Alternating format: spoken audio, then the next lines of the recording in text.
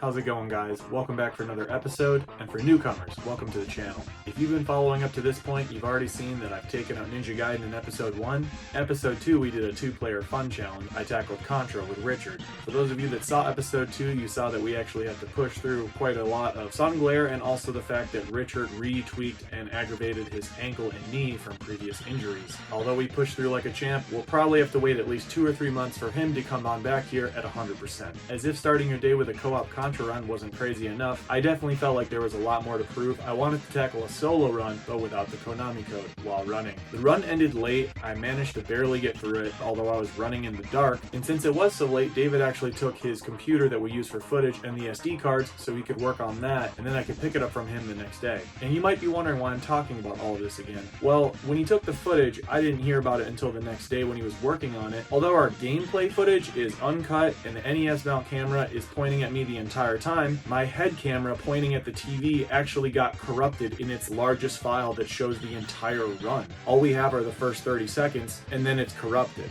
Even though we do have uncut gameplay, the problem is the NES camera pointing at me, it was a new camera that we didn't use last week, and it wasn't recording audio, which wasn't a problem in the first run since the head camera had no issues. But this time with the head cam file getting corrupted, and that thing not getting audio, the only audio we would have is the gameplay. So after running with Richard in the morning for a couple of miles and then actually tackling Contra and getting through it, after losing basically all of my lives and fighting back at only level 4, I lost all of the audio where I'm talking about the game as I'm running, which is just horrible. It was obviously an extremely unlucky day for this event. And what's tough about it is we can only get together once a week for something like this. So although Richard got hurt, I definitely still wanted to turn that into an episode, and even though my file got corrupted from my head camera and I have no audio, I still want to get the most out of this episode. And this whole thing honestly has me so fired up. I will absolutely be tackling Contra again without any issues, but I'm actually so frustrated that I'm about to take it out on the next game. I definitely thought this one would be coming later since it is long and very difficult, but I'm not kidding.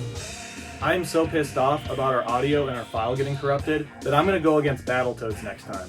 It's probably going to take a good hour to run, and it'll be like 7 or 8 miles, but I don't care. You know what I mean? I'm ready to do it. After I tackle Battletoads, I'm going to open up some polls with a couple of choices so people can vote what they'd like to see the next week. I think that would be really fun for engagement and also get a good pulse on what people want to see. And in plenty of those polls, I will put Contra again if people want to see it, but I'm also going to put some other choices just to see where we can go from here. So let's take a look at the Contra run and talk about some upcoming challenges, as well as talking about some issues we've already overcome and how we plan on correcting and not having any issues going forward.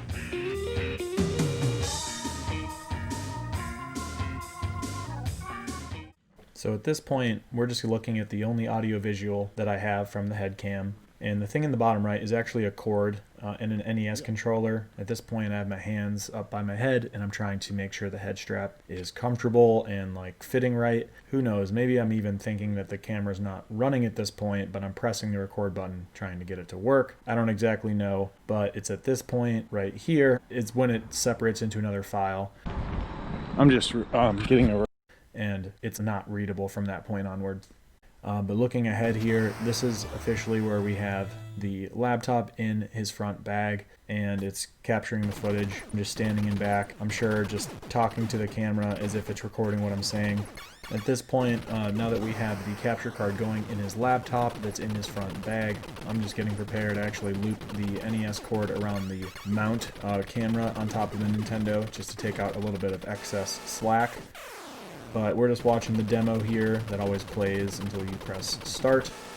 And right now I'm sure I'm just talking as if we're recording my voice, but just giving it some prelude of like, episode 1 was Ninja Gaiden, episode 2 was 2-player Contra with the code, now it's time for solo with no Konami code. How's it gonna go? Let's find out. Overall, heading into this run, I was feeling pretty confident that it would go just fine. Not as if there weren't going to be problems, but as I was mentioning earlier, I do like barely get through this run, and you can attribute that to running and it also becoming very dark. Not as if that means that there's a glare on the screen, but it's just kind of distracting and a little disorienting to have the only thing that you can see be a glowing screen as you're running. That's literally how this run turns out. But the strategy is really just to grab the spreader and keep that as much as you can, and just be like really safe, which isn't the most exciting Contra play, but at the same time I also didn't want to get a couple miles into the run and reach my last game over. So overall, I'm just trying to be very careful. It's not the most explosive and quickest Contra play, but that's also just because I did not want to start a run over or wait until next weekend, because again, we can only get together once a week for this. And the way we even got 2 attempts in on the same day is because David was nice enough. He left for his other obligation that he had, and might as well throw it out there that he is a violin instructor. He's a man of many talents. But after he went to go do that, about 5 hours after our first run ended, or so, probably 6 hours, it was time to, play solo, and that's why it got so dark and so late. We were definitely trying to do it early afternoon, but overall, maybe it's better that it did happen like this, of course not with the corrupted file and just how dark it gets in the camera pointing at me, but at least I could see the screen, even though it was kind of awkward to be playing in the complete dark, which you'll see just how dark it gets. Level 1, the boss isn't very hard. You can see I took it very carefully. I just shot from afar with the spreader and got close to put it away. And stage 2 is the first of 2 hallway stages. Of course, you can duck to get out of a lot of trouble in this one, so I try to be like really careful, and not like that protects me from the problems I do have, because those little white bullets are definitely hard to see like once in a while, and you can stand up right into one if you're not careful, or if you're just like a little bit distracted, which I definitely am. I'm not playing at my best. I'm not like right next to the screen and sitting there with just immediate twitch reflexes, unfortunately. Like you see right there, I just lost my spreader, which really sucks, and of course without the code you only have a few lives anyway. Something that's really important though about Contra, and thank goodness for it, is that although it doesn't display any points, you're definitely building up points somewhere, because eventually those invisible points add up to an extra life, and that's the only way I was able to even fight back and keep this run going. But here we have the second level boss. Big thing is just to stay out of those fan shots, just kind of stay off a little diagonally and jump through them if you need to. But you gotta take those guns out first, because you definitely can not take those out, and then that thing is sliding back and forth on the top row, shooting those giant rings, and then that's really hard to control. So just trying to be as conservative and smart as possible. Took those out first, and just again not trying to do anything stupid here, and just stay out of harm's way the best I can, which is pretty much shooting straight up and down, and then also doing jumps with diagonals. But there you go. That's the second level down. Not too bad. Lost the spreader though, which is unfortunate, but the opportunity to get it back is with stage 3. And the waterfall can definitely be pretty tricky, especially when you're not playing with the code, which is the way it's meant to be played. But anyway, people kind of forget that over time. The thing is, there can be a lot of bullets, or like an enemy can just appear like an inch in from the side of the screen and run right into you, which is awful, and especially when you don't have very many lives, or you're trying to hold on to that spreader, that can really kill a run pretty quickly. But pick up the invincibility here, and I'm just jumping through, just trying to take out turrets before moving forward. And yeah, we're moving through, again just being careful. I've definitely given it some thought on, should I actually play out the entire level 4 of when I actually get, all of my game overs in a row. I think that would be incredibly boring, so what I will do is, I'm not going to cut the gameplay, because that would, look ridiculous, but I will fast forward it and highlight the deaths, just so you know kind of what happened. And as I'm talking about it, just so you know, when we get to that point, like where I'm at mentally at that point is, you can never give up, but it's not as if I thought to myself like, okay, now it's time to start trying and not make any more mistakes. I didn't even know if I was going to get through the run at all. I was not, to be honest, I wasn't thinking that I would, but you can put that aside and still just like play the best that you can, and just really, really try to pay attention and just priority number one has to be not getting hit by anything. Like, forget shooting at everything. You have to move out of the way and be as safe as possible. And you can see that we're finishing level 3 with the spreader. So really, there's no excuse for this run. Either way you can take that. But for this running challenge to go off the rails, aside from the fact that it is hard to play while you're running and it's completely dark, as you can see at this point, it's completely dark. You can barely see me if your brightness is all the way up in the corner, but I'm still there, just running. And you saw how quickly I lost my spread shot, so that sucked pretty bad. If I could have just held on to that, the run would have looked a lot better, obviously, you know. But this is a point where I'll definitely fast forward, because overall, who wants to watch, 5 minutes of level 4? I certainly don't, and might as well just see it getting completed from start to finish in a real run and like a real world record. And on the note of world record, I didn't want to call this video a world record because, who wants to click on a world record video and then have someone immediately start talking about how their capture device has a corrupted file? I'll just, we have Ninja Gaiden already completed.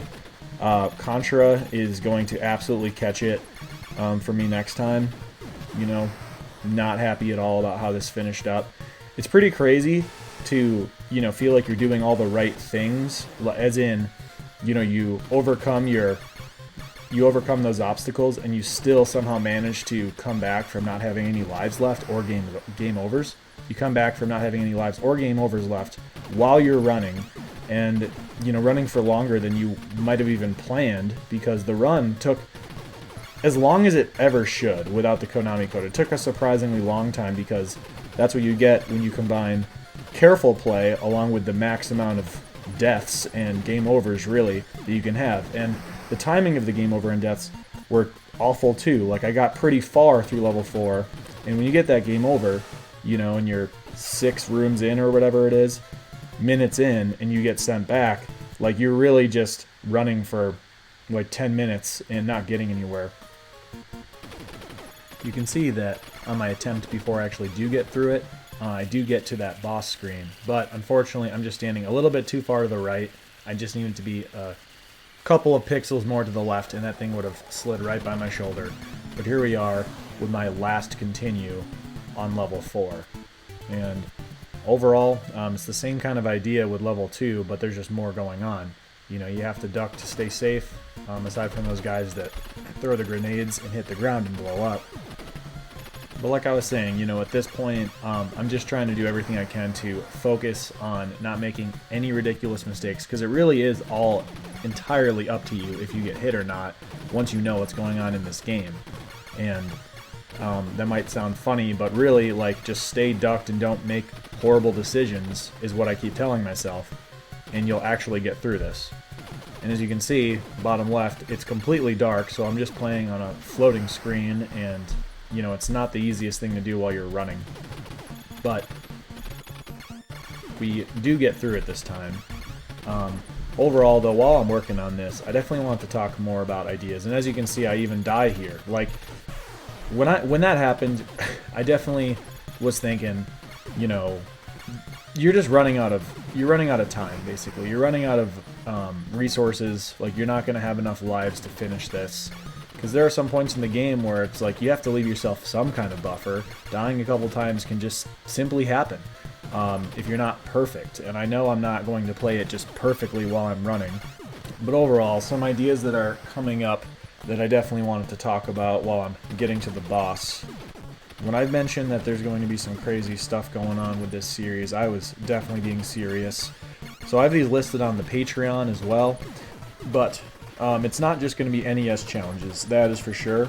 Even though Battletoads is next and we have more hard NES games coming after that, I will definitely mix in other games, because this is just too sick of a concept to not just do the most wacky things. I'm definitely thinking about Wii Punch-Out. I think it would be pretty hilarious just to be running down the sidewalk with a Wiimote and nunchuck, just throwing those jabs and hooks and those star punches.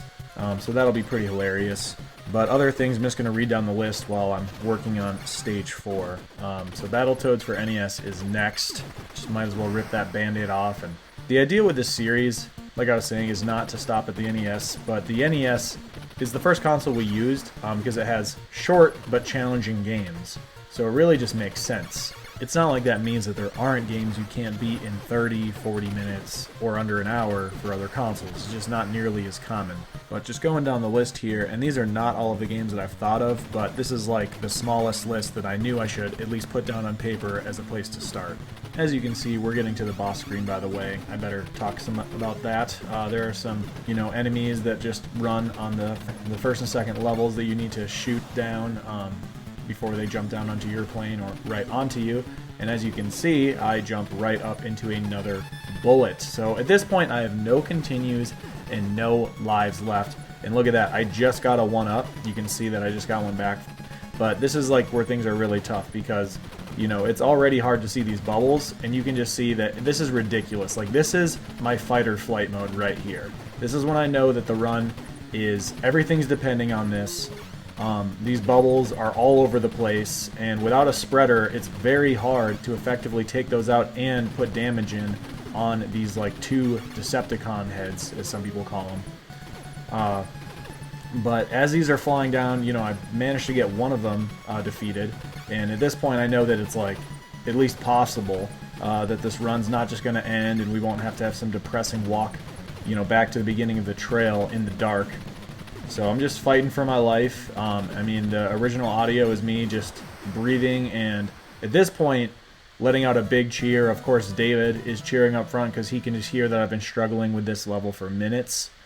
And at this point, we're going to level 5 with just a couple of lives left. But to continue on the list note, so I've already done Ninja Gaiden. This is Contra, which will totally happen again with a legitimate world record with enough camera footage and everything to document it.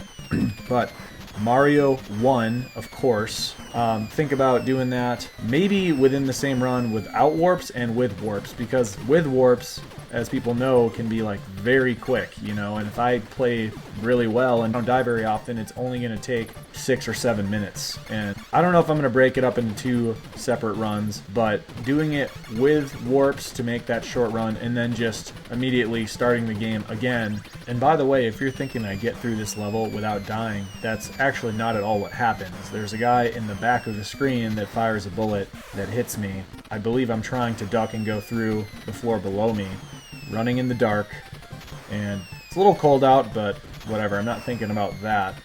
But it's the second run of the day, and I'm just doing the best I can to be extremely careful, so this isn't all like a quote, waste of time, but it wouldn't be a waste of time either way, because if you don't succeed at first, it's just practice for next time. And by the way, really important to just point this out really quick, I really don't want to redo a bunch of the audio that's led up to this point, and I just want to get this video out here and focus on the next one and getting it 100% captured and legit. But of course, I remembered incorrectly. I didn't lose all of my game overs, I just had one left, which I actually do lose on stage 5. And I remember while running, I wasn't even sure if I did have a continue left. But here we are, officially no game overs left, 3 lives, and that's it. So now, all the things I've been saying earlier, keep in mind when I was running, I really did think I had no game overs left, and apparently that mentality stuck with me all this way. I thought I lost all of them on level 4, but I guess I did lose my last game over on level 5. This is where really, you just have to focus super hard, duck as soon as you see something that comes on screen, and just, put yourself in the best situations that you can. Don't invite yourself into like any unnecessary risks. Just shoot early and often, and you can see like barely avoiding that bullet and another one by ducking. Just having to be super careful. I've got these explosions, these explosives getting thrown over the tree, so we're just gonna slide down here and shoot this guy. But I mean, that's just what it is, being extremely careful, looking out for explosions, bullets, and enemies. To continue with this list that I started on, so Mario 1 is on there. Mario 3, I believe I could do that with warps by myself, but since the game is so long without warps, like at least 2 or 3 hours, realistically, like depending on how we're playing, that is going to incorporate a legitimate team effort, where I really, really want to get like 3 or 4 people together, and the person that's not playing and running should coast along on bikes to actually rest. And of course, better mention that all you do is sit back to the left of the screen and pound out as many shots as you can on this guy. And of course, I have no power-ups, so it's really just down to the wire, and I'm mashing the shot button as I'm jogging at the same time. And for some people that really use their lap, honestly, to mash a button, you could imagine that it makes it a bit harder to be holding it out in front of you while running to mash the shot button.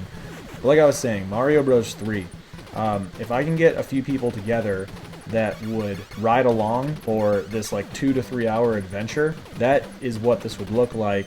Someone would just run for the couple of miles that they can and pass the controller and rest on the bike. By the way, just after destroying that like second tank thing vehicle, I got another life in the top left.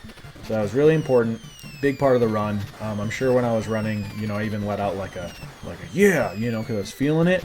Just trying to build some momentum back and actually pull this run out from truly what felt like the dead. Might as well just talk about this boss. It doesn't take very long. You just have to line up in a certain way where the things dropping are not hitting you, but you're actually landing your shots. But just jumping straight up at the right time, you'll avoid all the things that it drops at you. And there you go. Level 5 is complete.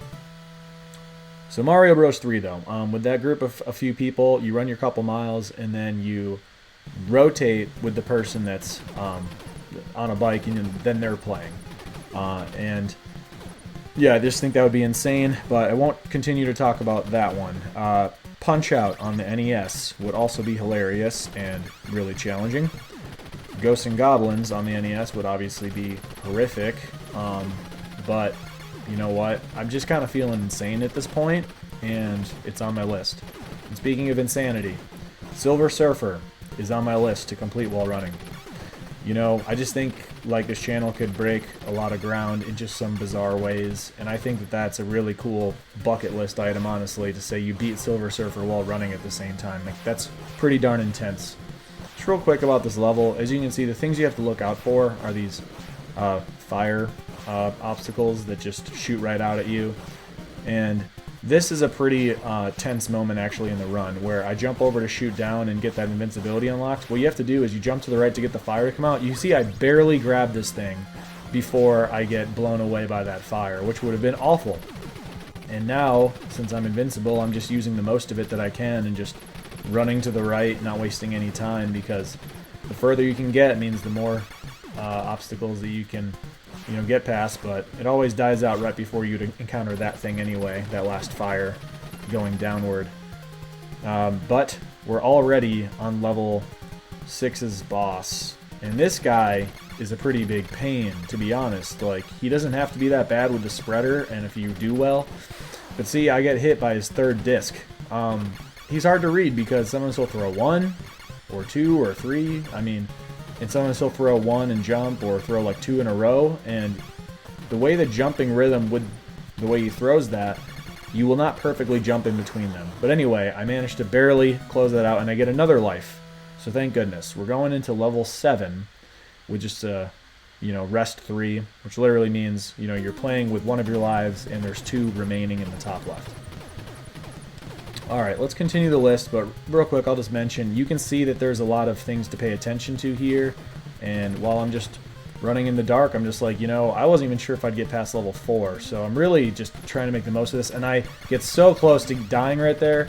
I got extremely lucky. That is like a horrible habit I've had the last couple times I've played Contra, is I jump up into that guy's line of fire, and I don't know why or how I just barely missed it. I got extremely lucky to not hit it. I didn't even do the right thing, but somehow I didn't lose a life. Consequence avoided. So I get to continue on level 7 here with 3 lives. Alright, so we talked about Punch-Out, Ghosts and Goblins, Silver Surfer. Battletoads is right below here. Like, that is where it was on my list, but I'm just so over the technical issues and the obstacles of, it's tough, even to get together to set this all up, and then the one time that we do this week, we squeeze 2 runs out of it, and I managed to salvage a run, and then we have a corrupted file. So that's why Battletoads is coming. I think another one that would be really great and just kind of silly, but also like challenging too, would be trying to get a Tetris high score while running. And that means, you know, I would just be practicing some Tetris leading up to that Saturday, just so I play well and get the best score that I could. Well, going through this stuff, you can see you have to get right in front of these things and just wait until you can actually run underneath. Just shooting through spiked walls, I mean, that's just going to catch people that are pushing to the right and not aware that you have to stop to shoot those. Of course, with the spreader, they go down very quickly. Like, you may not even have to stop running at all if you're mashing that hard with the spreader. But here you can see this is a pretty tense moment. It's not like super hard as long as you just simply inch to the right and don't hesitate. So we're through that. We're almost to the last part of the 7th level with 3 lives left, barely getting by some guys that are just appearing on screen and shooting immediately. Not easy. But here you can see I land a couple of really important early bullets jumping towards this target, and then I just mash, holding up to the right. And I get another life. I don't die. You can see I didn't get distracted by all the things going on, because I know that you can take that thing out even without the spreader very quickly and before you can get hit by something. And now we are on the 8th level. But like I was saying, so this one you'll see that I like get a spreader and I just do not let it go. And but of course here I have to be super careful, and I think I actually lose another life eventually too. I have the machine gun, which, you know, sounds good and it's okay, but you just hold the button to shoot, which is like easier, but it doesn't even shoot faster than like an extremely, you know, hard mash, which I can definitely mash harder than the machine gun. You can see I just lost my life right there. So back down to 3 lives after that. Alright, but talking about some other games on this Patreon list, I've got Super Punch-Out on there.